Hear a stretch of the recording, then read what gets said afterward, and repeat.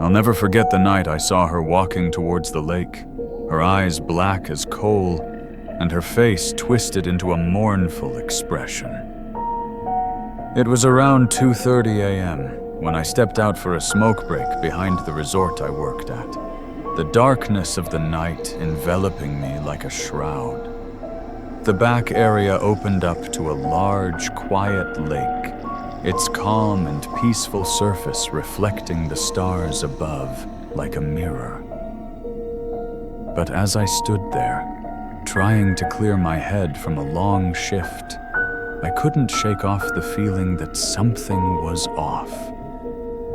The air was heavy with an unsettling stillness, and the trees seemed to loom over me like sentinels, their branches creaking ominously in the wind. And then I saw her. A lady, slowly walking along the shoreline, holding a baby in her arms. At first, I thought she was a guest out for some fresh air, but the way she moved didn't feel right. Her walk was slow, heavy, like she was floating rather than stepping, her feet seemingly gliding across the ground without making a sound. I squinted through the dark, my heart starting to race with anticipation, and she kept walking toward the lake. I felt a chill run down my spine as I realized that something was terribly wrong. As I watched, transfixed with horror, the lady continued to walk toward the lake, her movements becoming more and more erratic. I could see the white shape of her dress and the outline of the baby, but her face was shrouded in darkness, making it impossible to read her expression. I flicked my cigarette and ran down the slope, into the tall grass, yelling, "Ma'am, are you okay?" But my voice was swallowed up by the darkness, and she didn't respond.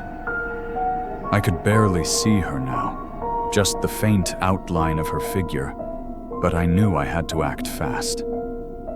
That's when I felt a hand grab my shoulder. One of the night guards. He looked pale and serious, his eyes wide with a mixture of fear and warning, and just said, "Don't go further. Just come back." I tried to protest, but another staff member appeared from behind the trees, his voice low and menacing. "We've all seen her," he said softly. "She walks the lake some nights. It's not real. The night messes with you." I turned back, and the lady was gone. No ripples, no sound, like she was never there. But I swear I saw that baby's head turn before she vanished, its eyes glinting with a malevolent light that seemed to pierce right through me. I never smoked alone after that night, the memory of the lady and the baby haunting me like a ghost. I would see her in my dreams, walking toward the lake, her eyes black as coal, her face twisted into a mournful expression. And I would wake up, my heart racing, with the feeling that she was still out there, watching me, waiting for me to let my guard down. The night had messed with me all right, and I knew that I would never be the same again. So if you're ever out alone at night, and you see a lady walking toward the lake, don't go near her.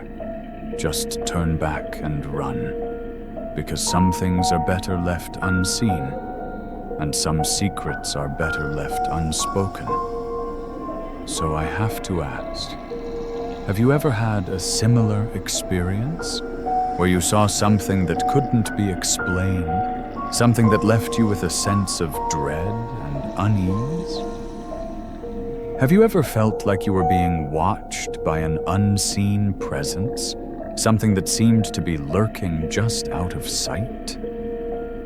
Share your stories with me, and let's try to make sense of the unexplainable. Have you ever encountered a ghostly figure, or experienced something that challenged your perception of reality. I want to hear from you, and I want to know if you've ever felt the same sense of fear and unease that I did that night.